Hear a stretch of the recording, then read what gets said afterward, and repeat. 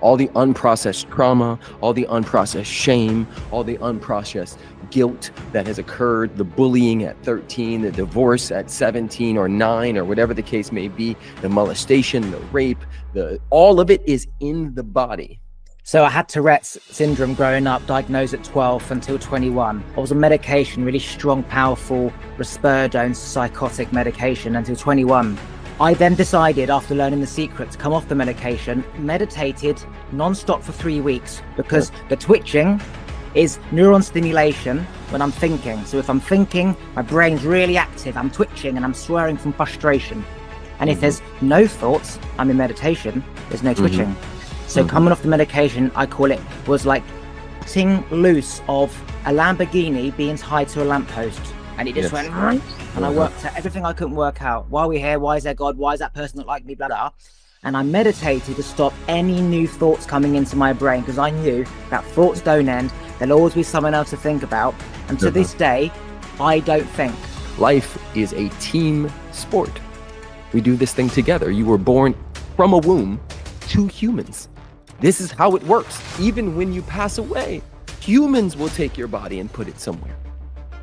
We do this thing together. And so to me, that's what we're doing here together. We're all sacred grains of sand, creating this beautiful artwork of life.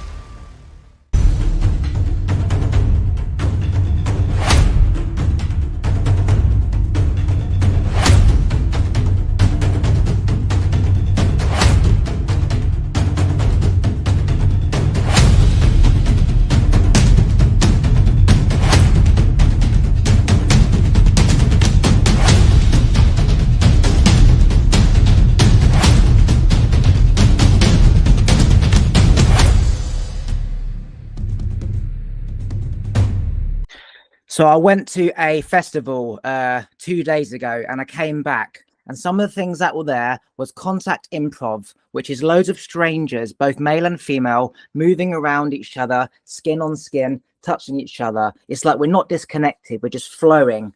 And it lasted half an hour, and it was the most amazing feeling ever. You're flooded with all these amazing endorphins. There was this other thing called biogenics, where we were just shaking violently to activate energy stored in our body. There was another workshop where we basically were our child self, and we were doing stupid games like stop, go, stop. And then you'd have to do the opposite to what was being told. And then there was cuddle parties where we were just cuddling each other. Human connection. And I was in London yesterday, and I did a podcast with somebody on the grass, and we were doing the contact improv. And I suddenly had an idea during the podcast. We should go up to random strangers and go meow. We should see the response of people, how they respond when you go meow. Now, if you know them as your friend or your family, you probably go meow back and have a great time. But why is it if somebody you don't know does it, it's any different? Because if you got to know me for a few days and weeks, I could do it and I'll just be your friend and you'd react the same way. And I realized that what we're all missing is that playful human connection that everyone has deep in us, but we're just all afraid to do it. Facts. Beautiful. That's a great start. Well, first and foremost, thank you for having me. Second, thank you for going there. Thank you for choosing to play, for being open to those experiences. My belief is you can't intervene in a world you can't see. And what's happening right now, in my opinion, Oliver, is you are beginning to see your world differently. And the moment we can see our own personal worlds differently, then we can begin to intervene in our own worlds. And as I am lifted up, I draw all unto me. That's from the Bible, right? Jesus said, as I am lifted up, I draw all unto me. So a few steps before that, how do I get lifted up? Right? I start to recognize the social and historical programming. I begin to recognize the ways in which I've been shaped as a human based on my friend group and society and parents and church and school and all the ways that I've been shaped, and then go, wait a minute. Do I still choose that? And so to me, what you did was you're in a process, like we all are, of awakening to the true self with a capital S. It's a beautiful thing. Yeah, so it's a sober festival. So specifically, everybody is sober. It's a static dance. So they've got these, I think it's South American drummers on the bongos playing the most amazing pure Afro beats in real time. And we have a cacao ceremony. We sit around in a circle, hold hands, we drink the cacao, we say what we want in the universe, and then we build up and we start flowing and dancing like this. And then it builds up. Then we're on cloud fucking 9, where we're just on a huge high. And then he brings us back down, and then we all connect at the end. And the feeling, the energy in that room is unlike anything ever. And then you come back into the real world. Like I go to London yesterday, no one's looking at each other, no one's talking to each other, everyone's on their phones, and it's like, wow, how can we get humans just to connect in the simplest form, such as meow, something so stupid but is so necessary. And I said to my friend, it's not even about the meow, it's about maybe the conversation you have afterwards, that suddenly you've connected to them, and suddenly you realize, oh, they're an artist, I'm an artist, let's connect. That wouldn't have happened without the first meow. Yes. And slight pushback, which I love this, right? I love philosophizing with people who can philosophize.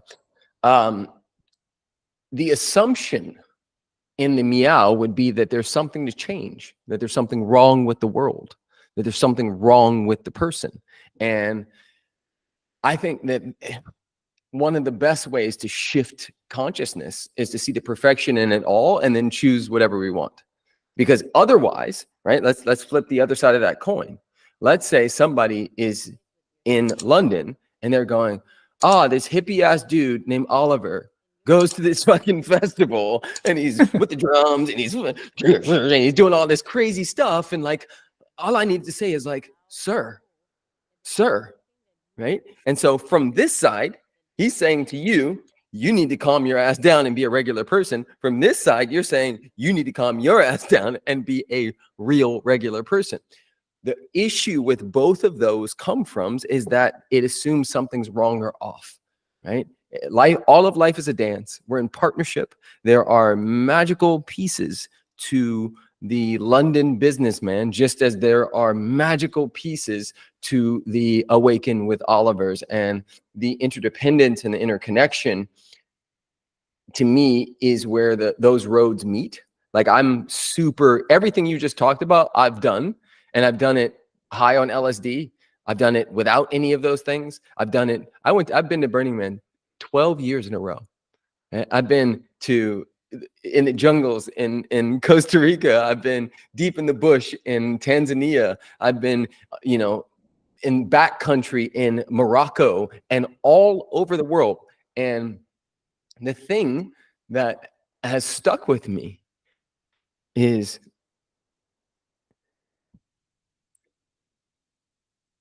life keeps lifing. And it's how I interact with it that creates a prison or a paradise. I can awaken myself, but still experience a prison, because from my awakening, and this is a true story, when I first woke up, I went to my parents and my sister and I said, you guys eat McDonald's and you're terrible. You guys believe in Christianity and you need to stop. You guys do this. And I watched Zeitgeist and I went down the rabbit hole, and I was more angry as a vegan, whatever you want to call it, conscious person than I was before that. It's such a game. It's like a mind, I don't want to curse here, but it's like a mind fuck, bro. To wake up in such a way that it's just a different dogma and a different way to judge everybody.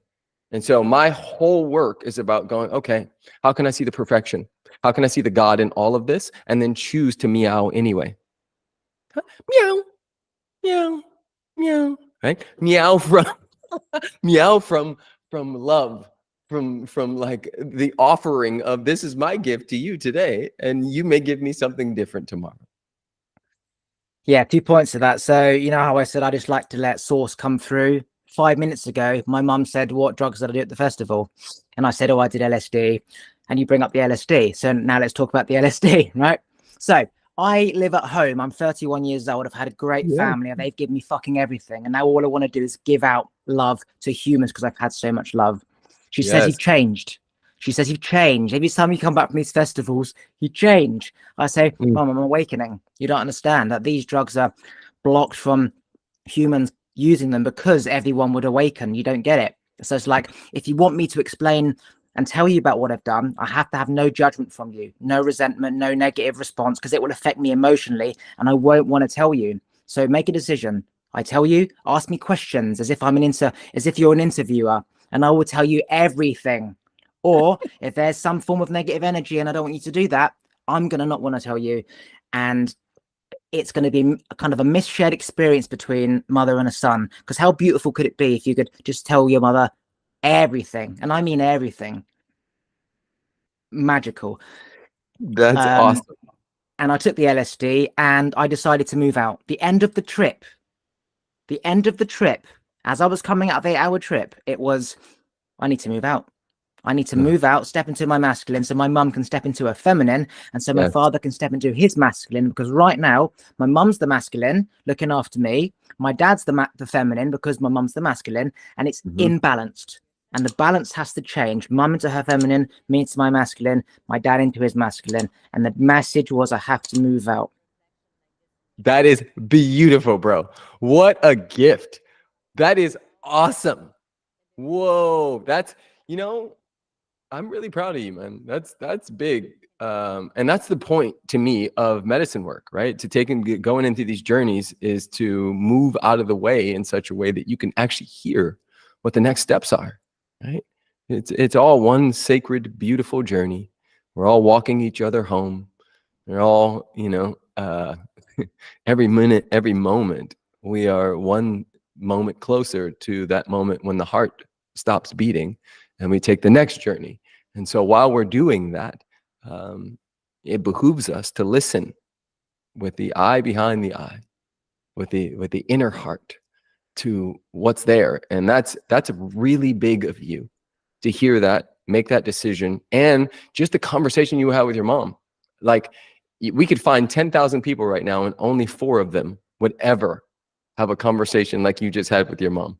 Like, that is high level work, brother. Like, high level, hats off. So proud of you for being courageous enough to say, here's who I am.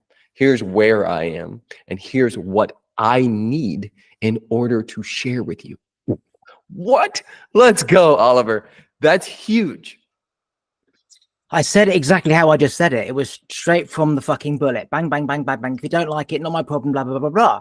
And I know that growing up, you cut ties with people around you to evolve. And it was, I love you, brother. But right now, you're no longer part of my journey. Maybe in the future you will be. I also did the same. I had 7 best friends from school until 21. I cut them all out one by one and I never saw them again. And I had a period where I was just in constant search of what is life? Why am I here? Like, what's the purpose of everything? And I had a period of no friends, just my parents. And that's all I've ever known is my parents, right?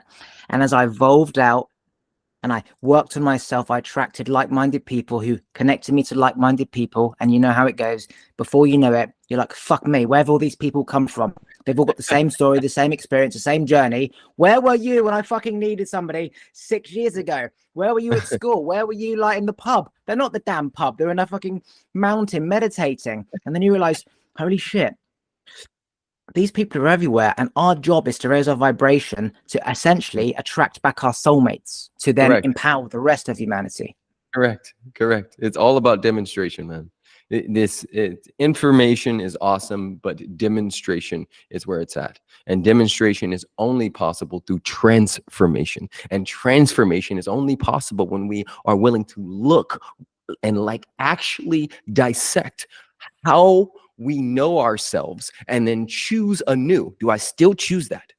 The way I see money, the way I see business, the way I see relationship, the way I see health. Do I still choose that? Because that was inherited. I got that from my mom, and her mom. I got that from his dad, my dad, his dad, and his dad.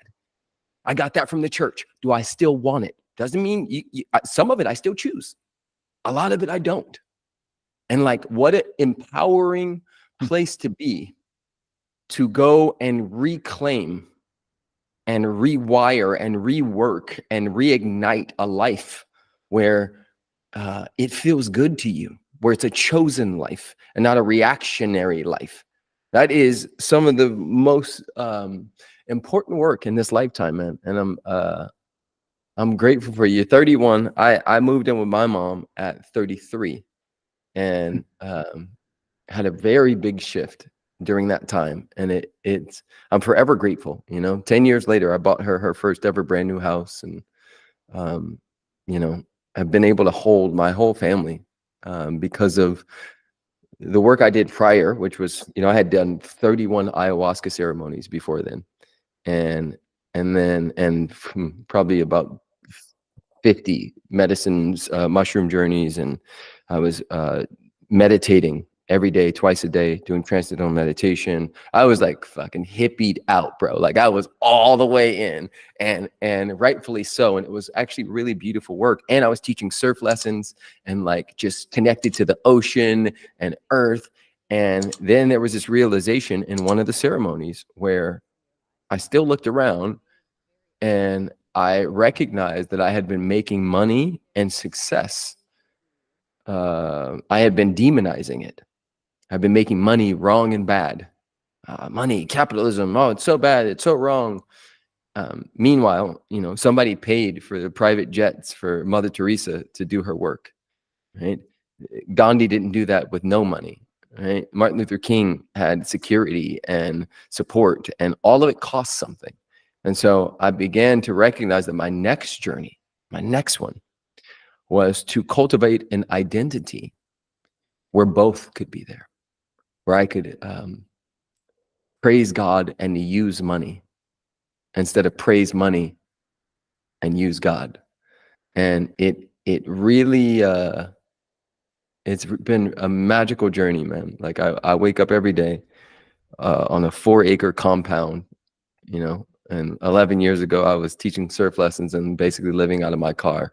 And it's a testament to what happens when we continue to work on ourselves, right? No rush, right? It may take you however many years. It may take you a lifetime for you to get to one thing. Same. I'm still in process. I'm not better than anybody listening, nor you, Oliver. I'm just in my journey and in my process. So, yeah. So I had Tourette's syndrome growing up, diagnosed at 12 until 21. I'd always twitched before, but officially diagnosed at 12. I was on medication, really strong, powerful risperidone psychotic medication until 21. I then decided, after learning the secret, to come off the medication, overnight cold turkey, and meditated non-stop for 3 weeks, all day, all night. I worked out all the thoughts that was in my head for the past 10 years, which the medication stopped me from processing, because the twitching is neuron stimulation when I'm thinking. So if I'm thinking, my brain's really active, I'm twitching and I'm swearing from frustration. And if there's no thoughts, I'm in meditation, there's no twitching. So coming off the medication, I call it, was like cutting loose of a Lamborghini being tied to a lamppost. And it just went, and I worked out everything I couldn't work out. Why are we here? Why is there God? Why is that person not like me? Blah, blah, blah, blah. And I meditated to stop any new thoughts coming into my brain, because I knew that thoughts don't end. There'll always be someone else to think about. And to this day, I don't think. Unless I'm choosing to work something out, there is no commentator, no dialogue, no thoughts in my head. And I've worked out all that I need to work out. And I healed Tourette's within 3 weeks. And that doesn't exist in the medical field. You can't heal Tourette's. You can't heal ADHD, OCD. And I did it. And I worked out that it's just too much thoughts in your brain, creating such an electrical charge that unless you know how to deal with it, it just stays in your body, basically.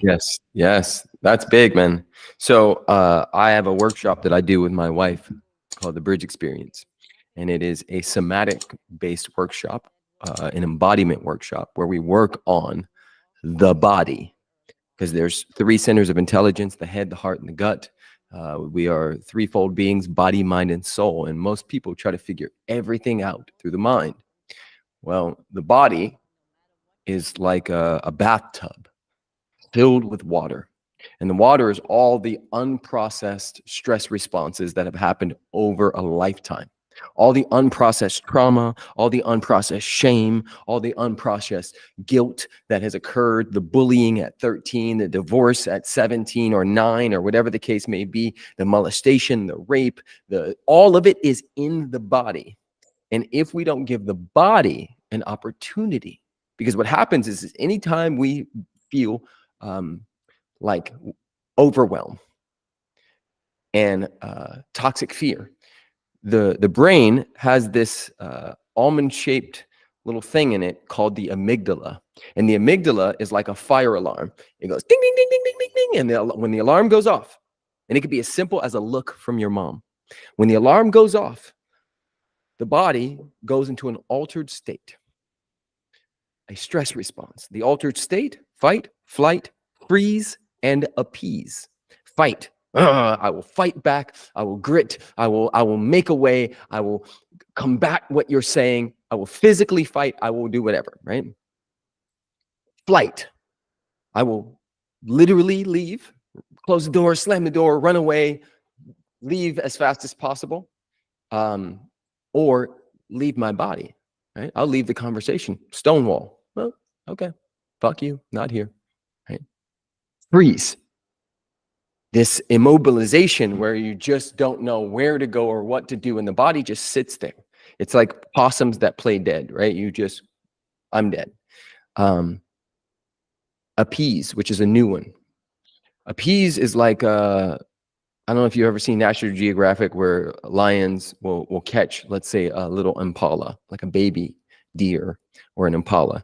And what the deer will do sometimes, because they won't eat it initially, the deer will play like cute, right? Oh, I'm so cute. You don't want to eat me. I'm so cute. You don't want to eat me. And so that's called appease, right? And so the modern day version of appease is I'll make you laugh. I'll make you smile so you don't rape me. I'll do this thing so you don't hurt me. I'll cry like a victim so you don't want to eat me. And all of these responses are happening 50 times a day. And so the body is like a bathtub filled with water, filled with all of those responses that are unprocessed. Our work, somatic work, nervous system work, somatic means wisdom of the body. We put people in scenarios in our workshop where that response comes up, and then they have an opportunity to recalibrate, breathe into it, and reclaim the power that they've given away through breath and a lot of other techniques that we have. Now, the reason why I'm sharing this is because what happens in our workshops is people empty out so much of the stuff they didn't process that they have spaciousness. So much spaciousness. They feel so light because they've been carrying 20 years worth of shame, right? 20 years worth of like heaviness and guilt based on something they did, something somebody did to them, based on the bullying. Somebody called me fat. Somebody called me a faggot. Somebody called me weird. All of the stuff, all that's living in the body. And now we pulled the plug on it and it's draining out. And so there's space for them to create. And to me, going back to it, that's what you did. You sat day in and day out and allowed yourself to process and feel and be with all of the intrusive thoughts and all the things that you had not actually faced off with, and gave them space to be seen and heard and processed. And it cleared your body and created spaciousness for you to become the truth of who you are. Boom. Yeah. So I remember just going over in my head all the bullies that bullied me and reaching out to them on Facebook and saying, hey, I forgive you. Let's go for a drink. I remember going to all the thoughts that my parents said that really had an effect on me and trying to understand why they said it. And it's not personal. It's just how they are seeing me. I went through everything in my life from 0 years old to 1 to 2 to 3 to 4, the events that happened at 5 to 6 to 7 to 8, the thing that the person did in primary school, how the whole year group were chasing me with a rock and I was running away, and it was like, you didn't fucking get me, I'm too quick. So I made it like it was a game and I won. But then looking back, holy shit, I must have been petrified with the Yes. whole year running after me. That is an emotion that was stored deep in me, even though my brain found a excuse of, didn't outsmart me, did you? And so it was almost like, I call it a rope with 21 knots. And most people, they may just go to like the 15th knot or the 14th knot that they can remember, or that they think is the most profound knot. And I knew I had to go back to basically when I was a kid. Yes. Yes. And then go back up again, go down and then go back up, and then smooth out the rope to make sure there's no knots. Yes. And so I'd worked out all my shit through understanding and analyzing. And then the Tourette's disappeared because I'd worked it all out. Thank you very much, God. But only recently, from doing breath work, did I realize that I actually haven't let go of the energy that was stored inside me at that time.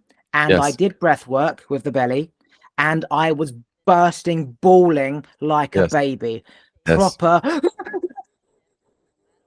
And she came and put her hand on me, just holding me. I had tetany for like half an hour. I couldn't move. And I realized, holy shit, I've worked out why these happened to me, but I haven't actually energetically let it go from my body.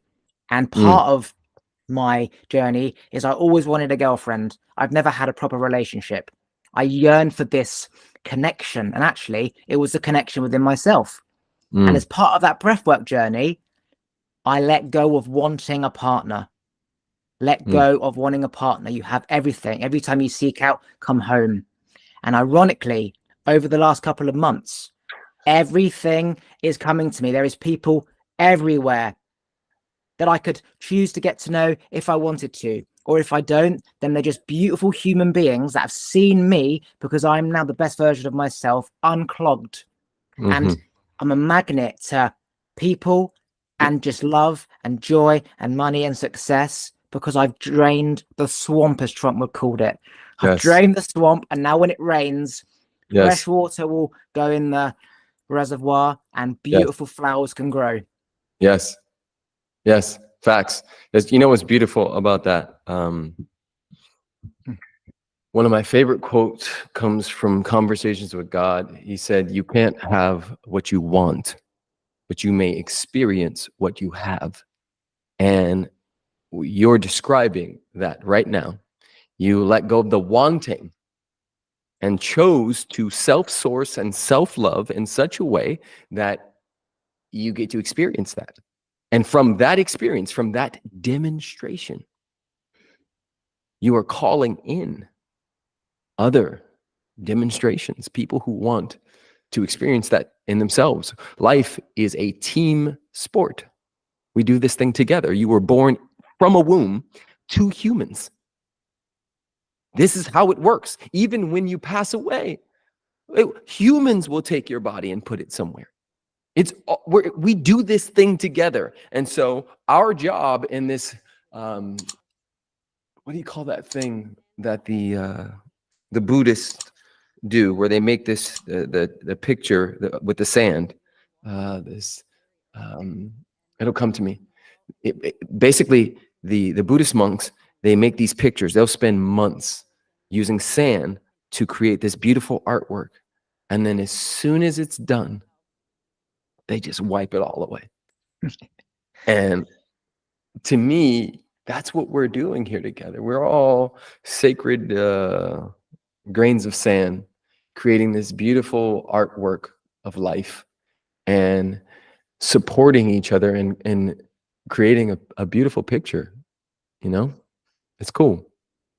What came to me when you said that was geometry. And when I did the LSD, all I could see was geometry. It was this going into this and that going into that and that going into that. It just never ended. So imagine that they're doing the geometry on the sand, patterns and shit. And then like, it's all geometry. That's what came to me when you just said that. There's no reason, but yeah. I love it. I love it. So what's next for you, man? What are you excited about? What are you creating? Right.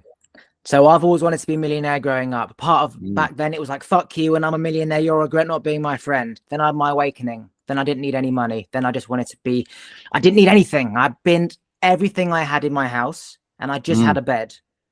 and I started again, and I shut all my businesses down and I built again. Did nothing for 4 years, created a business, making 10 grand a month, putting that into crypto. Hopefully that'll be between 1 and 3 million. Now, when I get to that point, what I'm going to do is I'm going to get property using a million as a deposit, getting say £100 million property, rental income is 200 grand a month. And then with all this money, I want to travel the world and serve humanity. I want to go to Africa, build mud huts, go to LA, put all the homeless up in a travel lodge and take them out for dinner and get their hair cut and buy them clothes. I want to go to Ukraine and give everyone food. I just want to serve humans because I've had everything for my family. I cannot have any more love from my family. I'm 31. My parents make me a homemade meal every day. I do no washing. I don't pay rent. I live like a king. I go to the spa every day, sauna, ice bath, steam room. I go on walks whilst my lovely, incredible parents are working their fucking ass off. Now, obviously, that's their path. That's their choice. My path and choice is to do this. So my next step is to basically get my podcast out there, connect to incredible people like yourself, and just create more of this pure source conversation. And the universe will just, if everyone's focusing on service and love and joy, we will all connect to more of each other and more love and joy will appear. And timing, you can't plan it, you can't force it. You just got to be present and just keep doing what you're doing, be consistent, and everything unfolds. And as you say, it's not about the money, but money allows you to amplify your purpose, which for me is to serve humanity, get a reaction, make you smile, make you feel good, even if it's that small moment.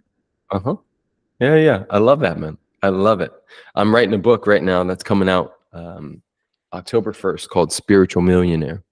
And the subtitle is Unlock the 7 Inner Laws of Abundance and Money. And a part of the reason I'm writing that book is for people like yourselves who are on the journey of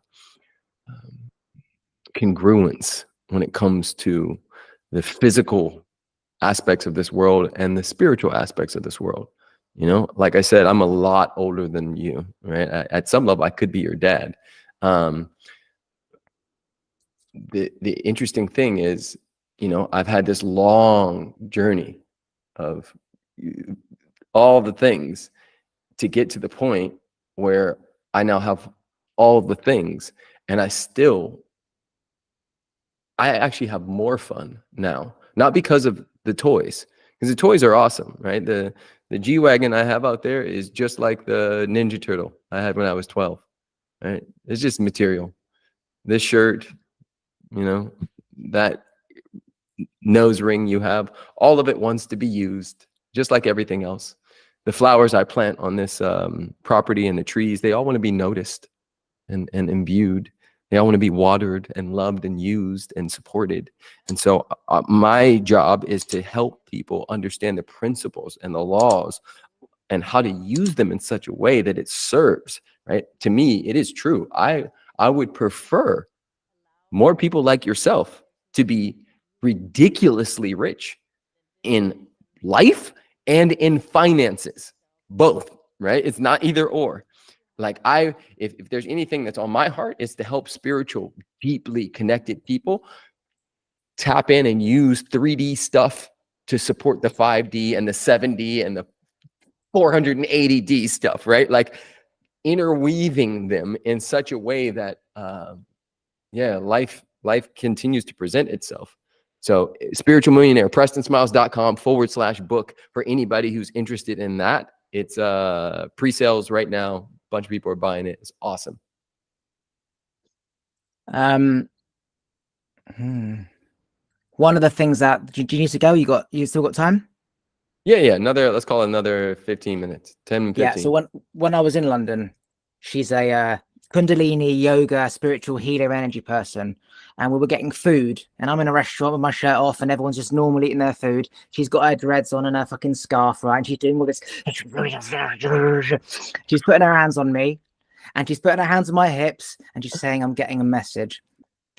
You need to now zone in on all this information and energy, and package it up to like a 3-minute, call it poem. So when I do podcasts, I just sort of fire it all out and it's just all connected and it all links. Fantastic. Yeah. But the power of taking the things that I say and packaging it up Yes. is even more powerful. And that's the Yeah. message she gave me. Package up what you know, Uh-huh. still link it, but at least you've got the, oh my God, I've got wine when I need it, cheese in the fridge when I need it, I've got Uh-huh. crisps when I need it, and I've got olives when I need it, rather than having a bowl of olives, crisp cheese, and fucking wine. Yes. Yes. Facts. Facts. I love it, bro. That is awesome. I love that you were in a shop with your shirt off with a woman doing that. I think that was probably a gift to everybody as well.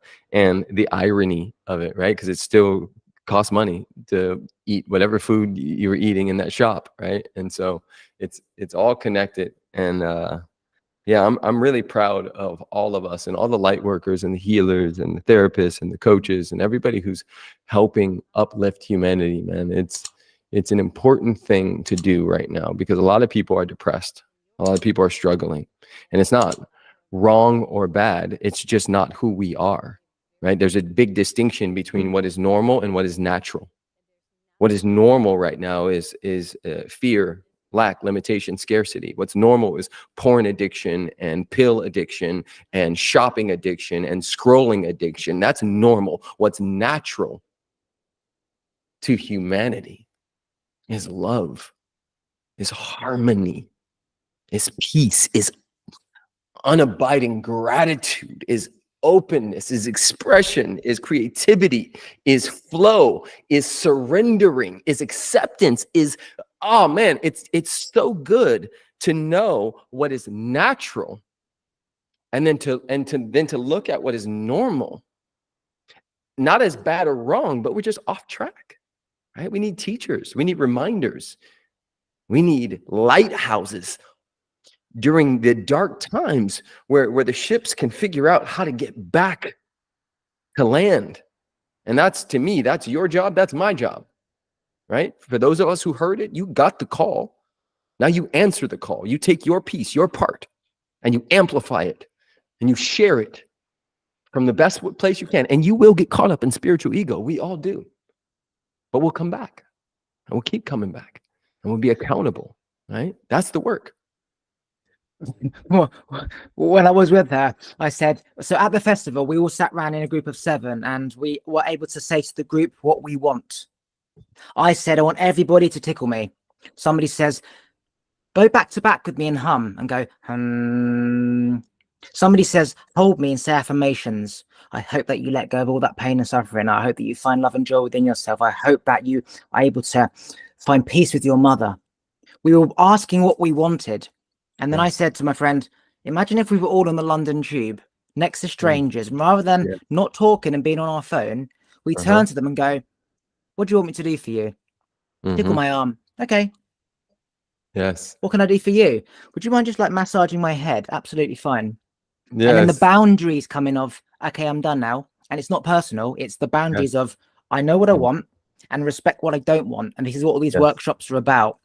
Having boundaries of, this is what I want and now I don't, respecting it, being in your body, but also observing theirs. Just because they're saying yes doesn't mean that they actually mean yes. And it's all about being connected to everything and everyone at all times. And just what a magical thing it would be if you just were standing next to somebody and then you just exchange service. Everyone's tickling each other on the train, like doing some Reiki, saying a prayer, and then everyone gets off at the next station and there's a whole new group of people and it just starts again. How beautiful. Correct. That's yours. That's yours to bring forward, bro. You got it. You smelt it. You dealt it. That's yours. I love it. That is absolutely beautiful. Yeah. If you had one day left on the planet, what is the one thing that you would share to the world?